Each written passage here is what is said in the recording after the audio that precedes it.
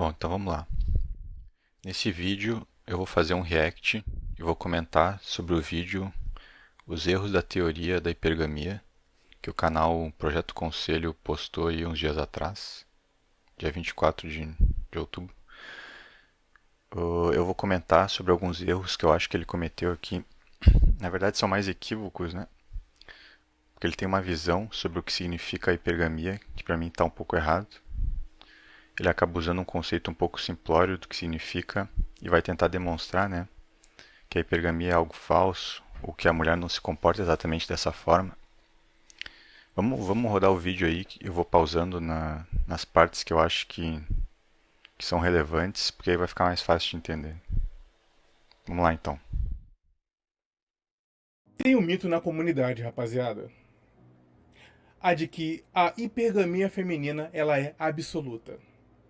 De que os homens são seres emocionados. E de que a mulher é aquele ser racional que calcula todos os passos milimetricamente no mercado sexual. Que só escolhe homens de poder. Que só escolhe homens ricos. Ela é aquela que pensa no longo prazo. Que tem o que chama-se de preferência temporal, porque ela entende o que vai beneficiar ela, enquanto o homem é o emocionado que cai em armadilhas porque pensa com a cabeça de baixo. Tá, já vou pausar aqui. Ele falou no início, né, que o mito seria a hipergamia como absoluta, algo assim. Ou seja, ele provavelmente considera que a hipergamia existe, mas nem todas as mulheres se comportam dessa forma ou não se comportam o tempo todo assim.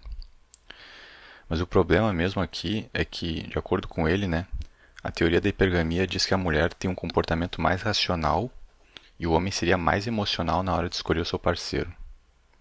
Mas a hipergamia não é bem isso, né? Isso não está errado, eu vou explicar mais pra frente. A mulher pode fazer escolhas de longo prazo baseadas na hipergamia dela, mas geralmente não é o que acontece. A mulher tende a escolher pelo curto prazo. Ele falou sobre preferência temporal também, que explica as escolhas de curto prazo e longo prazo, mas ele vai explicar isso mais pra frente, então eu falo sobre preferência temporal depois também. Vamos rodar. Esse é um mito da comunidade. E por que eu estou dizendo que isso é um mito?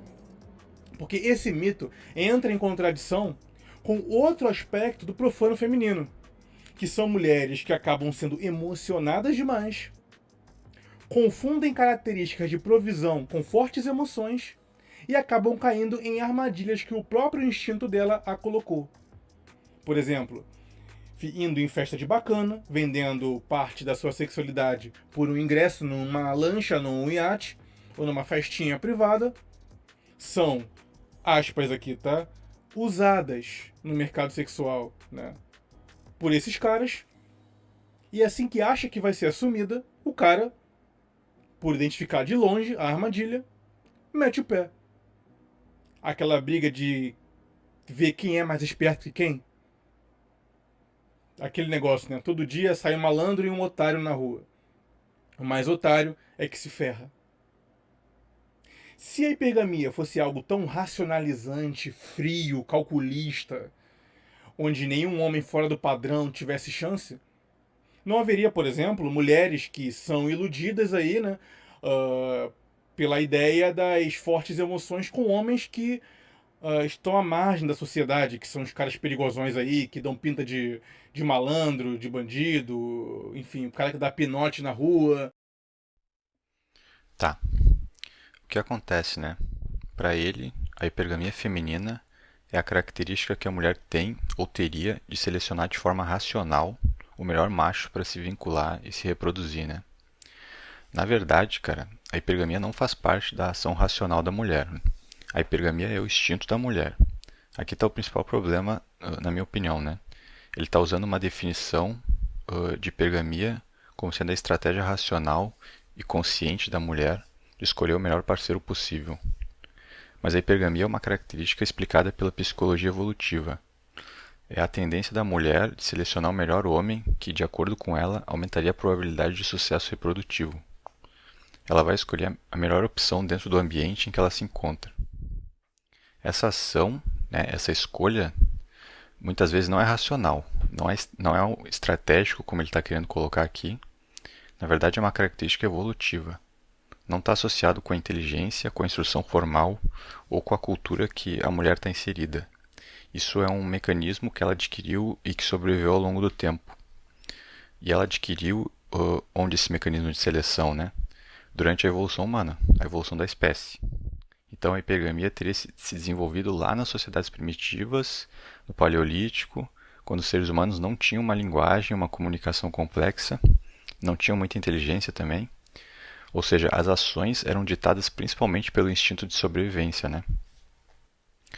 Bom, por que a mulher se envolve com bandido, né? Que foi um ponto que ele colocou ali. E por que isso tem a ver com hipergamia? Uh, Aqui ele está querendo refutar a ideia de hipergamia com esses exemplos, né? De que a mulher se envolve com bandidos e tal. Depois ele vai falar sobre preferência temporal e eu vou complementar também. Mas é o seguinte, né? A mulher se envolve com bandidos porque dentro do ambiente onde ela vive, ela julga, e isso é uma percepção dela, não é uma decisão estratégica, ela julga que aquele macho pode oferecer segurança física para ela, né? Porque ele é um bandido e tal, e consegue desafiar outros homens e proteger ela. Às vezes, o cara não é um bandido de fato, ele só parece ser um bandido, ele se veste como um, ele tem um jeito de falar, etc., que parece um bandido, e isso muitas vezes já é o suficiente para ativar o mecanismo de atração da mulher, né? Que é inconsciente. Nem eu nem você temos controle sobre esse mecanismo de atração. O que a gente tem controle é sobre as nossas escolhas. Só o fato do cara parecer ser um bandido, mesmo que ele não seja de fato, já é o suficiente. E por isso que elas gostam desses caras de funkeiro e tal. O que importa para a mulher é o que o homem parece ser, não o que ele é de fato. E ela escolhe um homem, nesse caso, que pareça garantir a segurança física dela. Um homem que tem postura e que tem personalidade, né? O que importa é a percepção da mulher sobre esse homem e como ela reage emocionalmente. E isso é hipergamia. Por que é uma decisão regulada pela hipergamia da mulher? Porque a segurança física que supostamente esse homem pode oferecer é uma das necessidades da mulher junto à prole dela, né? Se a gente voltar lá para os primórdios da civilização e tal, era o principal fator de seleção da mulher. Mesmo que esse cara não ofereça de fato segurança física para essa mulher, e aí eu entendo a crítica aqui do Projeto Conselho, né? O que importa é como a mulher está se sentindo em relação a esse homem. A hipergamia é instintiva e não racional. Bom, vamos rodar mais aqui, porque senão eu vou acabar falando muito e me perdendo também no raciocínio dele. Que são os caras perigosões aí, que dão pinta de malandro, de bandido, enfim, o cara que dá pinote na rua, que anda com um berro aí na cintura e tal. Quer dizer, esse cara entrega pra ela uma preferência temporal curta. Eu vou te dar tudo o que você merece agora. Ué, a hipergamia falha aí. Porque ela não. Se a natureza tá dizendo que esse cara é perigoso, que a qualquer momento pode ser preso, que faz dinheiro fácil, mas tem uma vida instável, não pode ser o pai dos meus filhos, mas ainda assim eu tô com ele, ué, ou ela é hipergâmica ou ela é doida. Não tem, você entende? Então, a falha da teoria da hipergamia é essa ideia do frio e calculista, da mulher fria e calculista, da mulher Thomas Shelby, que faz tudo o que o homem não, o que o homem não faz, né? O homem é aquele cara emocionado que nos 18 anos tá com a texto lá em cima, se submete a cada humilhação para ficar com uma mulher, simula amor romântico, comédia romântica, pare o avião, eu a amo, aquela coisa, enquanto a mulher é aquele ser maquiavélico, né? Numa mesa de madeira, sentada atrás de uma cadeira giratória, com um gato alisando o colo e... Quando esse otário se formar e ganhar 5 mil pra cima, eu irei assumi-lo para relacionamento. Quando, na verdade, o que você mais vê aí é a mulher bonitinha e novinha, dando com as caras, se precipitando na vida, porque confundiu valor com fortes emoções. Então a mulher não é tão racional assim como você acha que ela é. Ela só tem mais paciência no mercado sexual para escolher porque ela tem uma libido menor. Não é que ela não tenha. Mas ela não tem a maldição e a bênção do homem ao mesmo tempo, que é a testosterona. Eu vou pausar aqui. Ele tá falando muita coisa, né? Difícil ficar pontuando tudo. Eu dei uma anotada aqui só em alguns pontos para não precisar ficar voltando no vídeo. Mas basicamente ele falou sobre preferência temporal, né? Que a mulher, por causa da hipergamia, teria uma preferência temporal mais baixa que a do homem. Ou seja, ela escolheria de forma inteligente o melhor para ela no longo prazo, né? E o que que é a preferência temporal? O que que é a preferência temporal alta, né? Primeiro, é quando você prioriza o agora, o curto prazo, em detrimento do futuro que é incerto, né? E a preferência temporal baixa é quando você abre mão de benefícios no curto prazo para ter algo melhor no futuro, né? Seria basicamente isso. Então, a pergunta é: a mulher tem uma preferência temporal mais baixa que a do homem? Não. Na verdade, a mulher tem uma preferência temporal mais alta, né? Via de regra. Porque, por que isso, né? Por causa do relógio biológico da mulher. O tempo que ela tem de fertilidade alta, que dura ali cerca de 20 anos, mais ou menos, um pouco mais talvez, e que força ela a fazer uma escolha em favor do curto prazo. Uma escolha de parceiro que priorize ela nesse intervalo de vida, né? Onde a fertilidade dela é alta. E ela pode se reproduzir com esse macho.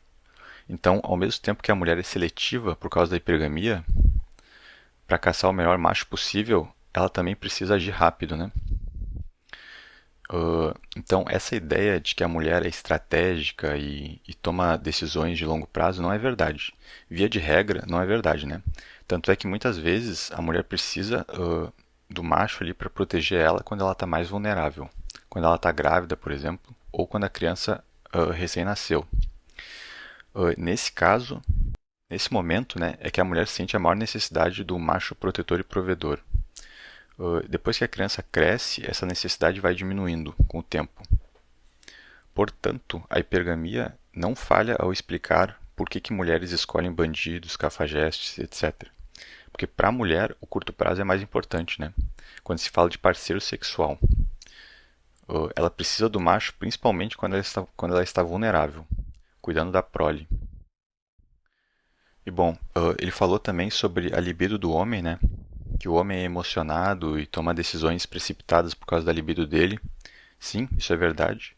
O que acontece é que a ação instintiva do homem, que é espalhar a semente dele, né, para o máximo de fêmeas que ele encontrar, é regulada pela libido alta dele. Ou seja, o homem faz escolhas ruins por causa da libido. A vontade dele de fazer sexo com várias mulheres faz com que ele tome decisões ruins de longo prazo. Como o homem não tem controle algum sobre a fertilidade da mulher, a ovulação é oculta em humanos, né? Ele não tem controle sobre a prole que vai nascer daquela mulher. A estratégia evolutiva dele é procriar com várias mulheres para aumentar a probabilidade de sucesso da espécie e de nascer descendentes saudáveis dele, né? Então, isso seria a ação instintiva do homem, regulada pela libido dele. E a ação instintiva da mulher é a hipergamia. Ou seja, selecionar o melhor macho possível dentro daquele ambiente. Porque eu só posso reproduzir de novo daqui a 9 meses e tal. Então eu tenho que lidar com todos os riscos da gravidez, etc. Então, no caso da mulher, ela vai ser naturalmente mais seletiva.